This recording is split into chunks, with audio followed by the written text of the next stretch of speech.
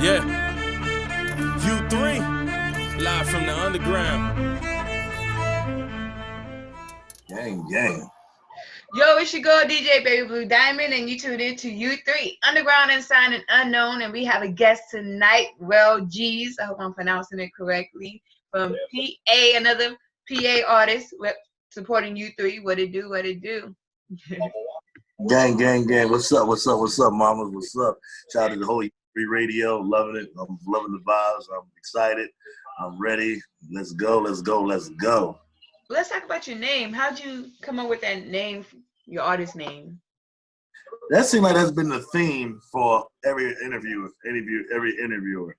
The name is unique, I guess. Maybe it must be unique because I was telling in the interview yesterday, I was saying that that name came out of kind of the time when I started taking music really serious. I kind of started taking it serious after my early 20s, maybe in going like 23, 24, that's when I started taking it serious. I was singing since the age of 9 or 10, but I didn't really take it serious till after my teens. And then I started that's when I kind of knew what I really wanted to do at that time. So Yeah. I think I was at the barber shop, and my barber, when they finally wanted to do, when they really wanted to know, they were kind of mocking me and said, well, Rel, if you have an artist name, what's your artist name, whatever? You gotta have like a real artist name. So at first, they said, well, no, you can't use that name. That's more of a rap name. So, but then they asked me, like, what name would you go by? I said, well, if I had to get, and then, because a lot of people call me Rel, and some people just call me Money G's. A lot of people call me different nicknames. So Yeah. I think when I added the two together, because I'm about my money, and my nickname is Rel, so I just put the miss together. And I just came, I said to the shop, I said, I know I got the name. He said, what, Rel? I said, Rellgeez. And everybody said, dang, that's classy. I like that name. And I stuck with it since. Okay, I see you. I noticed how you mentioned that you said you didn't take your music seriously till about 23, 24. What made you wait so long to take it seriously? You know, usually people start early, like you said, in their teens. What made you wait? I think with me, because my dream really at first wanted to be sports first. And that's when I wanted to use music as my second background. That was like sport was my first niche, and then I was going to use music as a backup plan. What sports But did you play? I played basketball and I also played football, but I really wanted to be football. I kind of did want, man, I wanted to do both. I wanted to be Jordan and I wanted to be T.O. so bad in football. So I wanted to do both niches, but I really wanted to play basketball. And I wanted to go to University of North Carolina, Tar Heel, be a Blue Tar Heel. That was my dream. And then my family didn't support me in my sports, of course.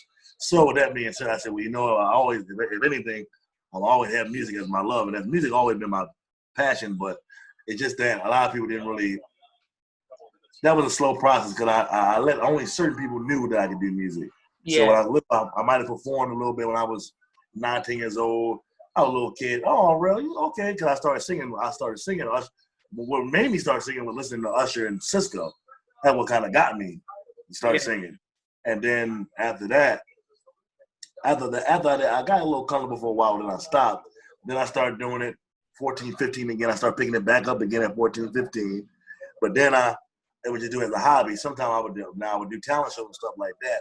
But then I would take it serious, but I wouldn't take it serious. But till after I really, really, really got back to it again, and I met my producer in Delaware, but at the time last year. But when I was on his label, that's when I decided about 23, 24. I said, that's when I really want to take music serious because I've been through a lot and I knew I had a story to tell. And I said, this is going to be my niche because I'm entertainer. I'm blessed. God gave me that gift. So I said, I might as well just take my music serious because that's my outlet and I can reach people and I'm good at it. So that's when I took it serious. Did you ever sing in the church?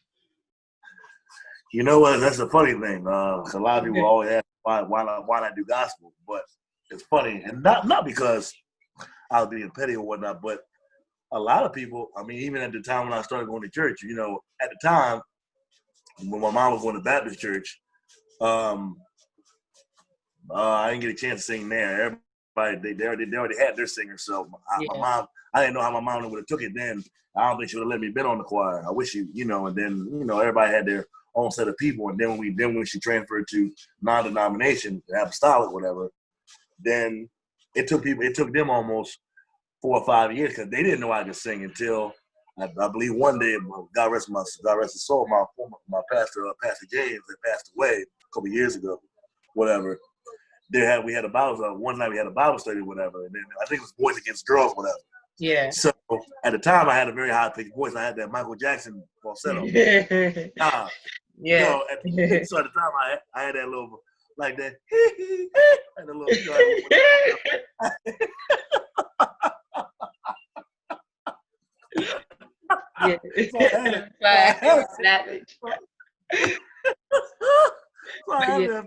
So I had it, and it was very light at the time. Now it's like a little man. You can tell it was deep, but now, I had it very light at the time. So everybody knew me as a comedian. So people didn't really think they didn't really expect me to think like that. So I remember the one time we sung this one song, and then so Pastor was like, all right, well, who's gonna help the fellas? The girls is killing the guys, so we gonna need somebody to help the fellas, y'all. So I wound up something I created one minute. I put my hand up in the chair. I put my hand up, and Pastor said, Terrell? Whatever the case may be. And I said, yeah. So my mom like, yeah, man. I said, yes, me. And then he said, all right, well, Terrell, why don't you come up here and Terrell gonna help y'all. I don't know what he's gonna do with y'all, boy, but Terrell gonna help y'all. So that I don't think they never really expected it until I hit that one note and I led the song and I hit high. And they were like, they said, what the heck? And that's when everybody started knowing. And I mean, people were coming up to me after service. I mean, people grabbed my hand like, oh my God, Terrell, you know, you can sing like that. Oh my God. And I'm like, oh, you phonies. In my head. Like, but I love it, but I was joking with it. But that was for 6-7 years when when my mom started going to that church. People didn't know that I could really, a lot of people didn't know I could blow like that. And then after that, I just never wanted to try because I did it for a little bit. I might have sung for a little while. Then I stopped, whatever, because I figured that, I started branching and I just said, I wanted to just minister everywhere. And I didn't think I really need a church outlet just to, you can always, it's good to sing in church. I don't mind someone asking me to do it. But to me, I like to do it anywhere. If wherever my heart leads to sing, I'll sing there. So I did a little bit for a while. But I guess the answer to that question is I didn't really, some of my family and the church really didn't allow me to work my craft. So that's why I kind of did it in my own way. And I just did it to where, I just let the Lord use me in any way I can. So I kind of didn't really have an outlet to really practice my gift. I kind of sung here and there, but then I just kind of did it alone by myself. And then I practiced going to different places like open mics. And if anything, I would say open mics and doing the talent shows would help me. That's helped me more than anything than my family in the church. Not to be smart, but I know. You know what I mean? I ain't trying to be smart, but that's where I kind of got my niche from, working on my craft, going to different places and performing in different places and singing background here and singing background there or singing for people. And I just learned from there. That's how I got my niche. Yeah. Do you feel like gospel music has, I wouldn't say cross a line, but do you feel like some of the music is very borderline, not gospel music? Because sometimes I hear a song, especially the gospel rap, I hear a song and I just be dancing to it and I be like, man, I don't know if this is a gospel song. I gotta hear Jesus. Let me hear that word Jesus. Because sometimes it gets like that. You can't tell. It just be like that mumble Migos type music, and then it's like, is it a church? I know, right? So do you That's a big topic. Oh my God, that's for all black families and black churches. That's the number one topic that you just brought up. Oh, so I know. For the longest, my pastor would not let us sing Kirk Franklin at our church. Oh man, Kirk Franklin. For the longest, we could not do Kirk Franklin. Oh yeah, Kirk Franklin.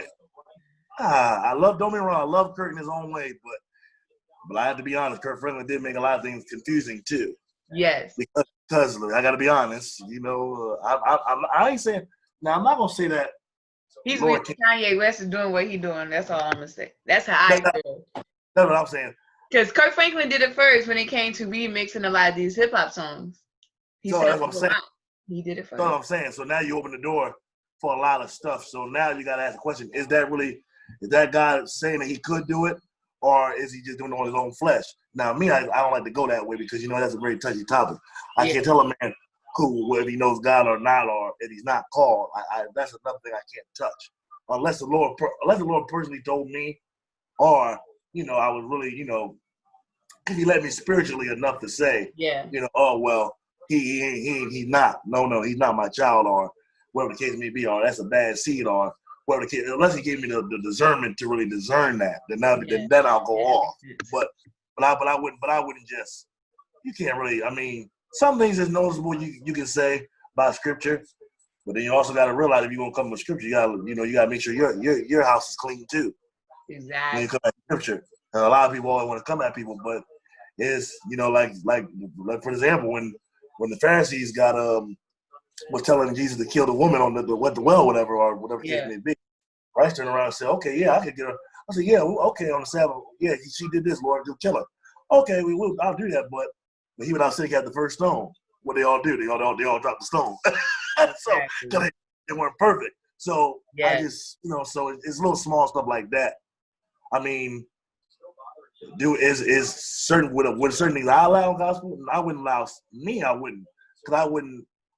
Some things I think that would now I think you can mix. I do believe you can mix certain things, but you can, because music is made to be mixed in a way. But you gotta make sure that Christ is a line to it. Like I'm not gonna put I ain't gonna put no twerk music on a gospel beat. I just can't do that. I'm not gonna. I respect God too much. I wouldn't put. I wouldn't cuss on the gospel song. I wouldn't. Yeah. I wouldn't. Because I hope nobody cursing on no gospel song. I hope not. I hope not either. But you know what I'm saying. You never know. Something right. Or I wouldn't. Try to bring hip hop. I wouldn't. Let me rephrase that. I wouldn't make it to a full rap song known as a gospel song, or a full R&B song known as a gospel song. I would mix. I can mix it. But the lyrics wise, I wanted to be pure and giving praise to him. If it's giving praise, I'm cool with it. But if it's just doing it for my own glory, I'm not going to. Then I wouldn't even fall out. I would just put rap my own album, if that's the case. So so that's a very touchy thing. But something I wouldn't touch out of respect to me, because I respect God. I respect him. So that's why I say right now. Of course, people want me to do a gospel album, but I tell people in time I will. I'm going to actually do a gospel album myself. That's why right now I got a rap album. But as of right now, that's why my goal was to do. I want to do because I love music, so I want to do rap, R&B, pop, and a gospel track. I want to do all EPs. That's what I want to do in the genre. And that's why after I do, whatever with all the stuff I've got to do, I'm going to do a gospel album in honor of letting God use my talents in different music. So that's what I wanted to do. That's the little, that's of course people don't want you, right? I know people talk, but I know what I'm doing. I know I give God praise every day for God even allowing me to even put my EP out. If God didn't want me to do it, I know God would have been cut it out. Yeah. God would have been stopped it and had me not do it.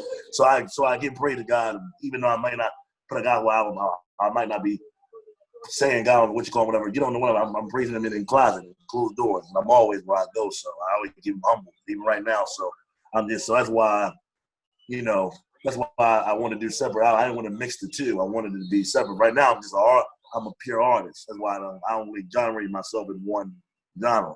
That's trouble. And the people like to pick with that. So, who are some of the artists that you, some of the mainstream artists, whether it's rap, gospel, pop, that you're listening to right now? Like, who's in your playlist? Ooh, my playlist is heavy because I'm a music bird. So, and let's start off with gospel. Gospel. I'm old school. I love Fred Hammond, Diane McCurtain, Yolanda. I love the young boys too. Todd Delaney, Travis Green. I love my man Molly Music. I love Molly. Yeah, me too. That's my boy. I love Molly. He got that little R&B and gospel soul with him. So I like that. I like that. That's what I like about him. He's very authentic. That's what I like about him. And then what I love. I love William McDowell. Whew. Hills, boy, William McDowell, boy. Who's some of What's your about pop artists that you listen to? them? He's a pop artist. Well, of course, Chris, Beyonce. We got Justin Bieber. Yeah. What else we got? Pitbull, of course. Okay. And who What else we about got? rap? Who are your go-to rap artists? Woo, that's a big list too. Very big Do list. you listen to any PA artists, rap artists? Oh yeah. Mainstream Oh, PA artists. Oh no! Now we gotta talk. Of course, I gotta put Meek Mill. Of course, I gotta put Meek in the playlist. I wouldn't be Philly if I wouldn't put Meek in the playlist. So I got Meek in there. A little Uzi at times. I do. I rap Lil Uzi too. I like him. I like Lil Uzi. Quilly Mills, Reed Dollars, all the street legends. Beanie Siegel, State Property. Yeah. Love Beanie, Freeway. You can't talk about Philly without them either, because they're the pioneers of it. Exactly.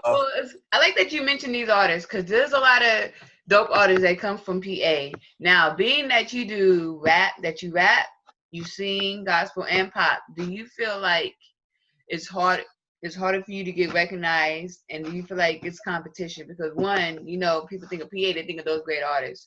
And then one, as a rap artist, you got to compete to get your name out there. Not only against those artists, and you got to compete against the pop and the gospel. So that's 3 markets that you are competing with. It can be a little challenging, but I think now we're starting to accept. We're coming to an age now where we're starting to accept other new music, and we're getting new talent. We're starting to get more accepting now. So, don't get me wrong. I do have my little old spirit as well. So I'm from that early '90s and 2000s. So there's some things I made out of respect. Certain rap things I probably wouldn't allow, just like they wouldn't, like Cassidy and them wouldn't. Something they would, but I also can but I don't mind transitioning either, because I'm part of the new era and the old era. So like I said, I'm kind of like a Drake and a Tory Lanez in a sense, because you can hear the old school and the new school in me. Okay. So that's why I kind of did my rap. That's why I kind of, if I look at my rap now, I kind of model myself as, because I'm like a R&B and rap hybrid. So I look at Chris Brown, Trey Songz, and Tory Lanez are my really big idol that I look up to. Okay. Do you dance like them too? Do you dance? I could do a two-step a little bit now. I used to be like, I used to dance and pop like I could do all what Chris Brown do back then, but now I can do a little bit. I can do a little bit, not a lot. Now. Not a lot, just a little bit. Just a little bit. Well, let's talk about your music that you have out. You have an EP you said you have out called The Freshman? Yes. What made you want to name that? What did you come up with the title, The Freshman? Tell us a little bit. That's a very, very wonderful question. Why did I come up with that title? That title was I think because I wanted to bring people in the journey of me I wanted to bring them like in the classroom setting. Yeah. I wanted people to know, as I'm the student, you guys are the teachers. And I kind of like each year I want you guys to progress, or y'all see, well, what is Terrell saying? Or has his vocabulary got better? Has his message got better? Or has his punctuation got stronger? Certain things I want to. Yeah, right. Or my lyrics get better. Okay. So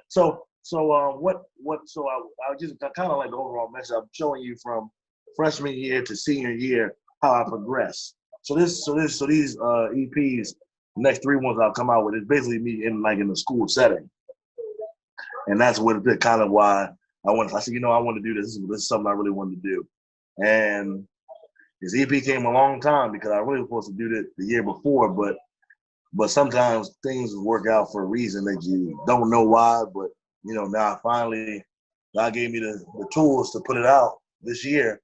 Yeah. I finally put it out, and like I said, the project is very wonderful, very mixed cultural. You hear the pop, you hear the rap, you hear the R&B, you hear the you hear you kind of hear all the different vibes. You hear different vibes, fun vibes. It's very lovely. This rap album is very different. I can say very much. I can really say it's very, very different. The vibes is I like it. Okay. So when can we expect the next one to come out? It's a good question. You know, this thing going so well. I don't know. I might wait till next year. So I'm not gonna wait till next year, but I might. I might do it. I'm thinking about September. I'm thinking about maybe. I'm in the process of either August or September. Okay, that's good. That's good. September. That's good. Okay. Yeah, some on that. Some I'm around there. Some about on maybe no later than October. Okay. Well, we can't wait to hear what you have coming out next. I know it's going to be very dope. Okay. Now, you know, I'm gonna call you out. I'm gonna ask Call me you. out, mamas. Come on. I'm gonna ask you if you can. Well, I'm gonna ask you to sing a little something. Oh my. Oh. You want to bring the vocals out? Oh Lord. Let me drink. Let me get a little drink in my system now. Cause I'm the man of the liquor. I drink. That's not liquor, y'all. It's fruit punch. All right. Now you want me to sing something, huh? Yes, sir. Okay. Let me see something. Let me do Cisco. Wow. Tory Lanez. Let me do Chris. Let me do Cisco. I haven't done this Cisco song in a long time. Let me sing a little bit of it.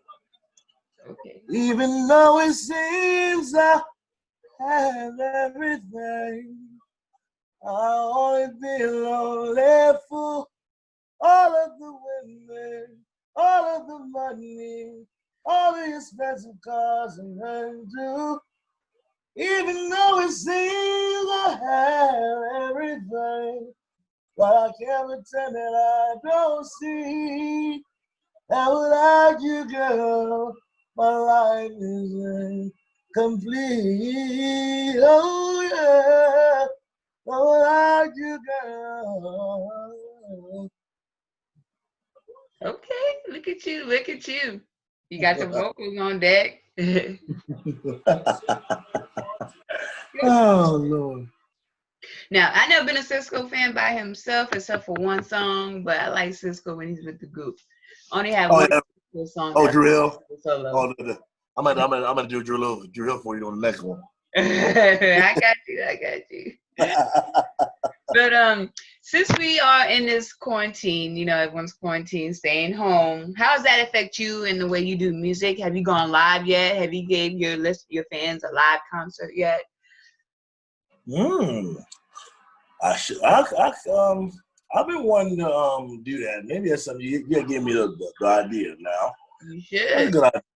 That's a good idea because I know I had a lot of because I have my project manager, which is signed with Universal Records. His name is he signed with Universal, so I'm kind of under his Virginia Cool label. Yeah. So with that being said, and Virginia Cool is the independent label name. So we were meant to do some tours coming up, whatever, but the quarantine has slowed everything down. So I've been doing a lot of live interviews and just been marketing the album. But maybe I should do like another that's something to think about live, and do something live and sing some of the songs and whatnot and give a little live performance. That's something okay, I hear you over there. I see the ideas. I like that. Let's get into the personal life of Mr. Rellgeez. You know, some people might see you and be like, look at this nice, handsome chocolate. Yes. So I'm gonna ask, I always ask my handsome men, are you single taken or just working on yourself? And this time I am working on myself. Like I said, I do have some offers. Oh. And sometimes I do indulge. I might eat a little bit, but mostly right now, I've been trying to, just work on me because if I do settle down or find the right one, I want to make sure I'm established. Yeah, that makes sense. But sometimes we do things and then you expect. For my last relationship, I had to learn that some people think they're ready, but really they're not ready. And when you try to help them and tell them that, listen, let's work on our goals first. then we can be where we need to be at. But I think people just look at me and just go one hair the other throat. You don't know what the hell you talking about, damn it. Shut up. I think a lot of people, I really think people view me like that. So when I say something, people just think, I got no opinion. So I just, until when things happen, then they bring it up and say, oh, damn, well, I should listen to you. I said, oh, no, you think? Now you say that then. I wouldn't try to be mean, but I'm just being honest. So I think at my last relationship, I just learned then I didn't want to, because I really did, really loved her. You know, I really did. And I really was going to work it out, even though our age difference was different. I really, really, really, really thought it could work. And I started to believe it, even though I saw where it could have fell. And I saw some of the stuff prior to it happening. I still had faith and gave it a chance. So, yeah, I got burned, but yeah, you know, it happens. So, you know, you just learning experience, and from this time, I want to make sure, you know, if I do settle down and marriage does come to thought, you know, I want to make sure that, you know, as a man, I got to make sure I mean, anybody can have a castle, but can you lead the castle? That's one. So I want to make sure that, you know, I can keep my castle strong and keep it tight so that my family and, you know, my wife one day will be, you know, proud. So that's the goal. But right now, music is my forte. That's good. That's good. What do you do for fun outside of music when you do have a time to chill and relax? Yeah, I go out, little clubs and bars sometimes, play sports, like to travel different cities and states. I like to go swimming. Now, I noticed that you mentioned that you go to clubs. I'm a Christian. I believe in God. I am a DJ too, so I DJ in clubs. And I always wanted. Do you ever get I wouldn't say like flagged, but do you ever get Christians try to judge you because of that? Because you do like rap and pop too? Because I get that too, and I'm like, I don't indulge in like the club life. I just go there, I DJ, and I leave. Like I do my job. It's a job. I'm getting paid. You know what I mean? So like, do you? I mean, God did give you talent, right? I mean, He gave it to you. Exactly. I mean, He gave you talent. I mean, He gave something for you to use, and it's taking care of your bills and taking care of the, you know, family, whatever thing where you got. Or no, God. I mean, stuff got to get paid. I mean, I don't. You know, when God gives you gifts, you got to be able to keep it. So I mean, and yours, like you said, you don't indulge in what you do. You just do what you do, and boom, boom. Yeah. You know, of course you're gonna have that. You're gonna have that. But you know, like I said, it's funny how we all talk about that. But Christ, even with the New Testament, when Christ, at the time when he was in the New Testament with the brethren, and he turned the water into wine, the wine into water, he was fellowshipping then. Yeah.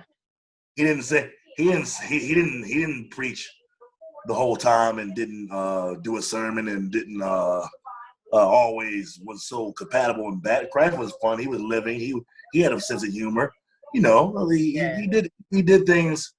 I mean, yeah, of course he didn't. He might not sin, but he indulged in definitely he indulged and had fun with the brethren. You know, all of them weren't all saved. No, all of them weren't all saved. Come on, let's be honest. They all weren't saved. Yeah. He still fellowship with them and talked with them and he ate and drank with them. You know what I'm saying?